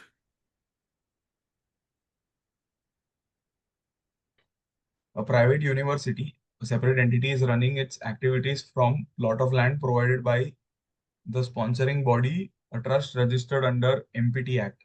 Building is constructed by the university. However, approvals from local authorities are in the name of sponsoring body. How to go ahead with the reporting of land and building owned? See, if the land and building belongs to the trust, which has got the, which is charitable trust, so that trust will have to show the land and building as its assets. So that is not the question. Is this university? Building is owned by the university, private entity, So separate entity. then, so question is, if you're saying the land belongs to the trust, but the building. Trust building belongs. So see, today the land will have to be reflected in the name of the trust and the building by the university. So both will have shows their separate whatever assets are owned by each of them. Because in India there is this concept that land could belong to one and building could belong to another. To other. Yeah. If we are mentioning the date of trust deed, what should we mention for registration number? Whether it should be charity commissioner registration Yes, number. the charity commissioner registration number. If ATG has been rejected by CIT exemption and appeal is pending before tribunal, in that case, can we file Form 10BD? See, question is, when was your ATG due for renewal? If it was due for renewal on March 26, then I think you should file the Form 10AB is what I would. We have not yet finalized books for 24-25. What to do? We have answered this. Provisional accounts, you should, the same, I think. Upload. Yeah. And as I said, leave alone March 25, you should try and give August 25 assets and the same. That's the ideal situation. Sir, if trust filed for final registration after commencement of activity, but final registration is rejected, we could not file. This has been answered already. If provisional registration is cancelled by CITE and subsequently ITAT set aside the said rejection order to CITE, in that case too, whether a trust should apply for renewal. No, where's the question of renewal? See, if your provisional today, if your provisional is due for renewal now, then in that situation, yes, because see, if you are a provisional thing, then it may or may not be March 26. So if it is ending March 26, then yes, by September 25, you need to the thing. And actually within 6 months of commencement of activity or 6 months prior to the expiry of your 3-year period, you need to apply. So that's where you need to, so that's independent of this, these cases where we're talking about March 26, 5 years gets over. No revision or withdrawal of Form 10AB as on date. Just a statement has been mentioned, so it is correct. Somebody, I think in the chat box, mentioned that you can withdraw the form. I think somewhere also somebody mentioned. I don't know. I've not had that thing. Okay.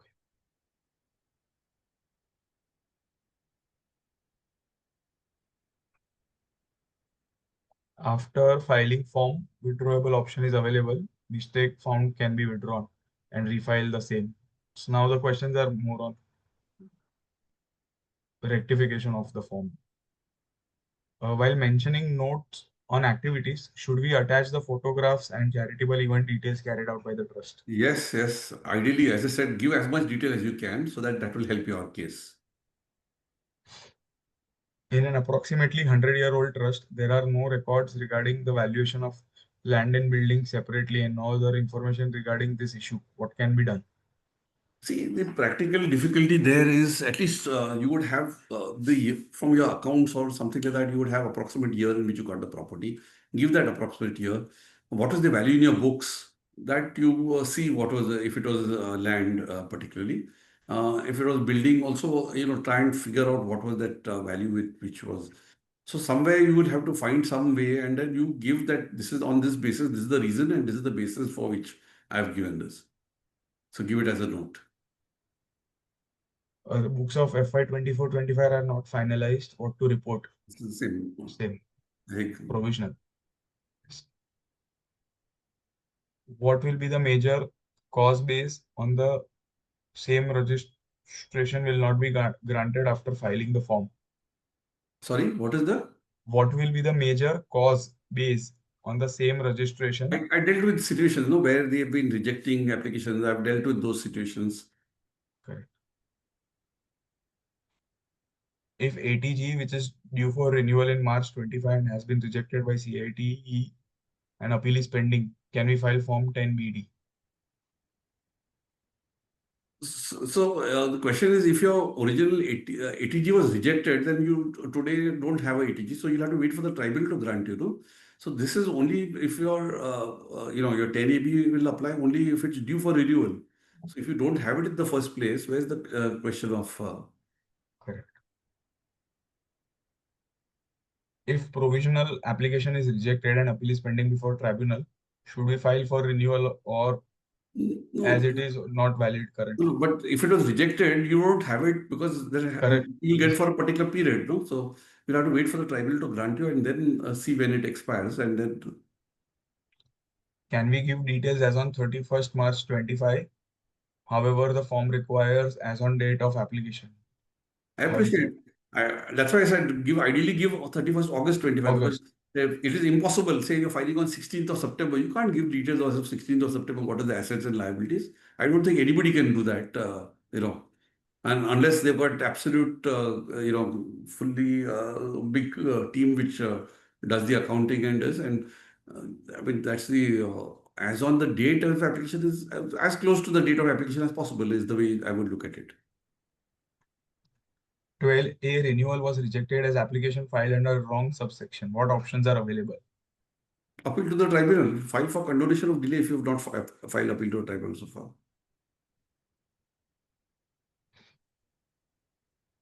Does signing audit for FY 24-25, the form needs to be peer reviewed. Dates have been extended by PRB till 1st July 25. Need to see the date of signing. Peer See, review board, it is mentioned, sir. Peer review yeah, board. peer review board. Hmm. See, the peer review board, if you look at it, actually, if it applies only to the larger trusts with gross receipts of more than 50 crore.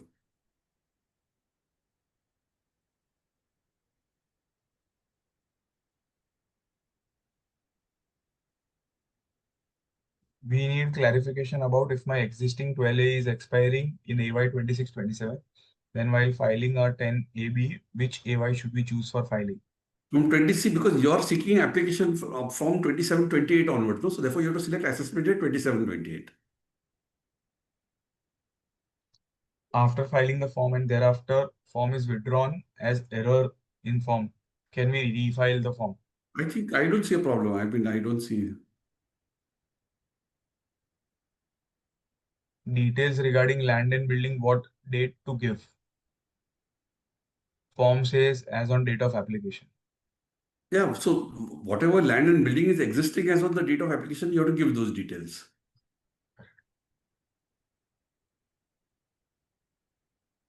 It's not the value as on the date of application because there you have to give what is the purchase consideration, irrespective If of when it was bought. If irrevocable clause is not stated in the original trust deed, can we make an irrevocable clause and notarize the same and attach it as charity commissioner procedures takes a long time? No, it takes a long time, but start that procedure, as I said, pass the resolution, enclose the resolution along with that, saying that to amend the trust deed, etc., and start that process is what I would suggest. So that at least when the query comes up, at that stage, you can show that there has been some progress made. You filed application with the court, you filed application with charity commissioner, so all that has been done. There is no amount mentioned in FAQ of peer review of trusts. It's just public interest entity. Please Yeah, guide. yeah, absolutely. And that is, I suppose, see, that has got nothing to do with the Income Tax Act. It's the institute which has Guide. the public interest entity. And there, Where does it mention gross receipts of 50 crore above? the peer review form is mandatory? So Frank, this I think it talks about substantial donations, and this thing is what the PIE entity, the code of conduct talks about. So if you look at the code of conduct, it talks about what is public interest entities, and that's where. But the 50 crore, I think a friend of mine mentioned to me. I have not really seen that this thing. So that limit as yet, where exactly in the code of conduct. Trust run the Gaushala and the details are not filed at serial number 10. What to do? So try and see if you can rectify your form. Okay. ATG renewal is before CITE, where the 12A renewal has already been rejected by CITE for wrong subsection. What would be the fate of ATG application? Chances are it will be rejected. You will need to go to an appeal to a tribunal against that as well. While filing out Form 10AB, the trust mistakenly selected AY 2627, which corresponds to the year of application instead of 2728, the correct year when the renewal should actually apply. When attempting to reapply with correct AY, the portal displays an error message preventing submission on the premise that there already is an application there. Just to update today, got response from the CPC that the issue has been identified and resolved. Hence, you are requested to retry. In case the error persists, kindly share the latest error screenshot along with PAN details to serve you better. I think this is something which you'll have to take up with the CPC. Maybe I don't know whether withdrawal of that form and then filing a fresh form could work. Is something which you'll have to see. Is See, it compulsory to? the system problems is something which I think all Yeah, of us will have to learn to deal with as correct. they arise, because this I think No, there is no manual. Sir, unfortunately, this CPC is can take it up, sir, towards CPC. We can provide it as a yeah. representation if there are Yeah, issues. CTC could take it up, maybe as the thing with the CPC, that these are the errors which are being faced, these are problems being faced, and maybe, open the same window with the CPC where you discuss these issues and get these problems sorted out. Is it compulsory to be registered under Darpan for obtaining a 12A certificate?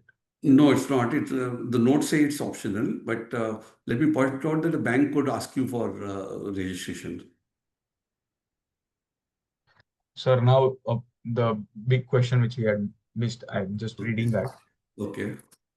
The trust is currently registered under 12AB with its validity spanning from AY 22-23 to 26-27.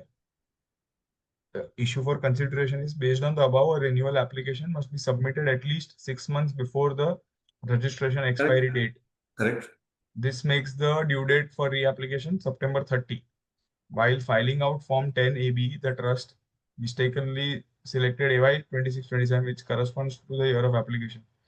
Instead of 27-28, the correct year when the renewal should actually apply. When attempting to reapply, The this is same the thing. same, The same thing. The same similar. thing, I think. Yeah, which we answered already. Correct.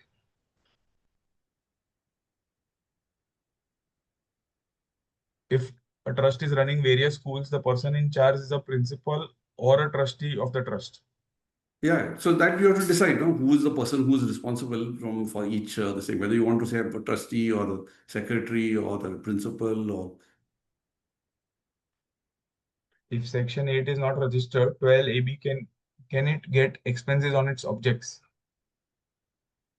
Uh, See, if it is not registered, the question is expenditure incurred for earning the income will be taxable under the head income from other sources, and therefore it could get expenditure which is allowable under Section 57. The question is it expenditure for earning income? That's the real question, and therefore that is what you'll have to see. Can a trust conduct network event outside India and also incur expenditure outside India? See, the CBDT's view is that expenditure incurred applied outside India is not an allowable application of income.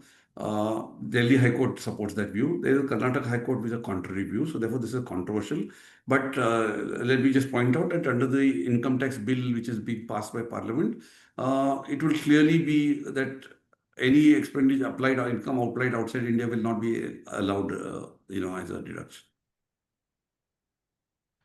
Revision or withdrawal option not there till now. Today informed to officer, he will put to hire.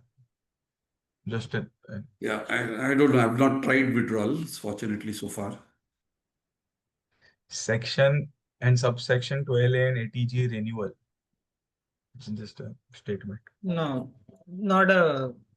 Yeah, I think we're past 8 o'clock, so Yeah, yes. shall we? Yes, sir, please, we'll wind it up. Not a problem.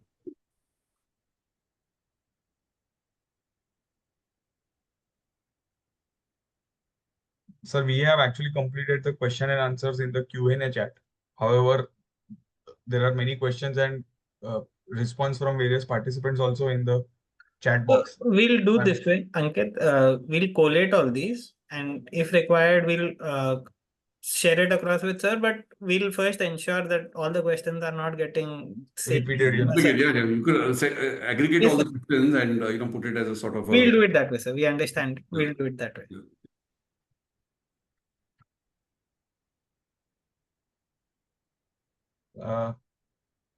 So I'll just extend a warm thank you to sir for today's wonderful session. Sir, you simplified the procedure, backed it up with relevant judicial case laws and addressed the practical challenges in the topic so far, which made the topic very clearer for everyone. It was very engaging and value-packed session. I am also very delighted to say that today we hit a double century on the number of participants for the webinar. There were more than 200 participants, and I am very grateful that everyone attended the session. The credibility of sir's profile, drew such a large audience. A big thank you to the participants also for joining in this number and staying engaged throughout. And thank you, the CTC team and sir, for this session. Thank you. Thank you. Thank you. Thanks a lot, sir. Thank you, everyone, for patient hearing and participating. Thanks a lot. Thank you, everyone. Happy evening. Thank you.